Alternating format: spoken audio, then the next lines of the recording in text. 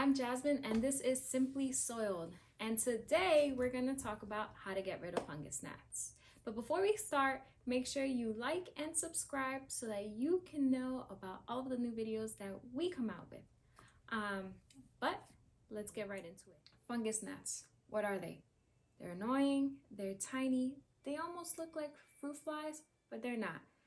Instead of hanging out with your fruit, they're hanging out in your plants. Now, and they're always flying around your face, super annoying. That's also because we exhale carbon dioxide. They're attracted to carbon dioxide, so they're gonna be in your face all the time. Now, so let's get right into it, right? How do we get rid of fungus gnats? Well, the first thing that you wanna do, because it's gonna be a multi-step process, first thing you wanna do is make friends with these guys, sticky traps. They come in all different shapes, all different sizes. These I got off of Amazon. This one's a butterfly. This one looks like, I don't know, a sun or a flower. So what do you want to do? You want to just go ahead and peel it off. Stick it in your soil.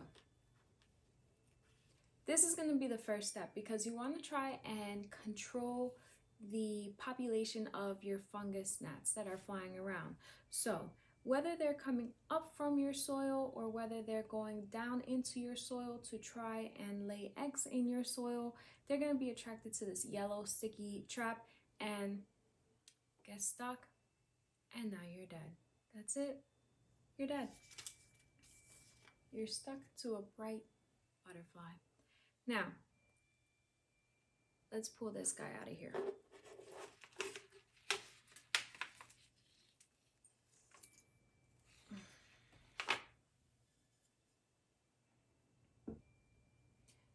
Now, what are fungus gnats attracted to? They are attracted to your soil. In fact, one female can lay 150 eggs into your soil in 1 week. So before you know it, if you see just a couple, there's going to be a lot more coming if you don't try and take care of the situation. Now,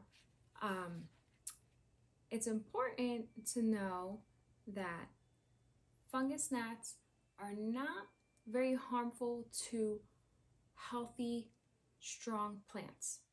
They're going to harm your baby plants, your seedlings, your more fragile plants. Why? Because the larva that lives in the soil want to feed off of the roots and off of the fungi that's found in the soil. So you have your sticky trap. What's next? What I like to do is called a hydrogen peroxide flush. So what that consists of is, I'm gonna move this guy over here so I can show you. And for the sake of just doing the flush, I'm gonna take this guy out of the soil for just a minute. And I have here water and hydrogen peroxide. Now, what this is 3 parts water to 1 part hydrogen peroxide. What you want to do is water it thoroughly until you see water running off the bottom of your pot. I like to keep mine in nursery pots, that way they drain a lot better. So you're going to water all the way up until you see water coming out. See water coming out? Let's see.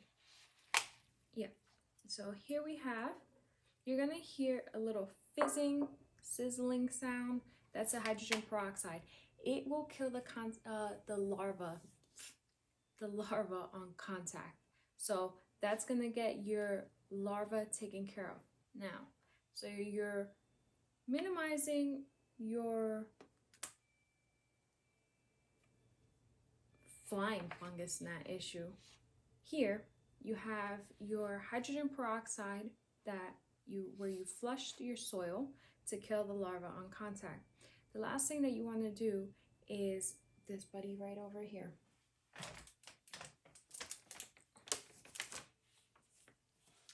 Diatomaceous Earth. Diatomaceous Earth is, for me,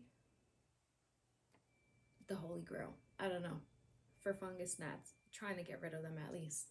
It is a really fine powder, and what you want to do is, and unfortunately I can't show you right now because my soil is now wet.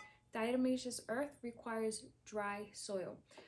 You want to go ahead and lay a fine covering over the top of your soil. What happens is that diatomaceous earth consists of silica, and it's going to sound a little gruesome, but truth be told, basically what the fungus gnats are going to do is diced to death.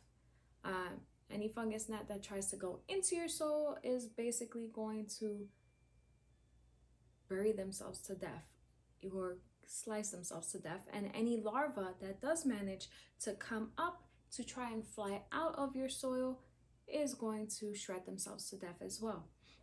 So with those three things, you should be able to either eliminate your fungus gnat problem or at least substantially decrease the population of fungus gnats.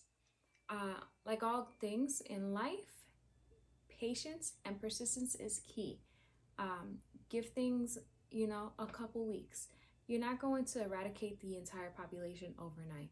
I wish that were true, but unfortunately, you have several factors. You have the ones flying, you have the ones that are living in your soil, because the larva in your soil lives there for 2 weeks before it hatches and, well, before it decides to surface, not hatch. So yeah, hopefully these tips will help you gain control of your fungus gnat problem, because they're not fun to have flying around. They're annoying. Mainly they're just annoying. And honestly, I love hearing this the sizzling of the hydrogen peroxide in the soil, because to me it kind of feels like they're dying, and that's a little satisfying. It's messed up for me to say, but it's satisfying for me. So let's get this guy back in his planter.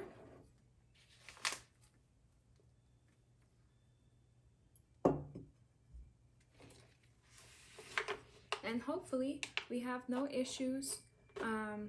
This is a golden pothos. And if you have any questions, send a comment right below, or send me an email at hello@simplysoil.com. Also, I have a blog on simplysoil.com where there's plant tips and tricks, and I expand on the fungus gnat issue and ways to also prevent fungus gnats from happening or occurring or infiltrating your home. But yeah, go check that out and let me know what you guys think, and stay tuned for your next video. Okay, happy planting, and I'll see you guys next time.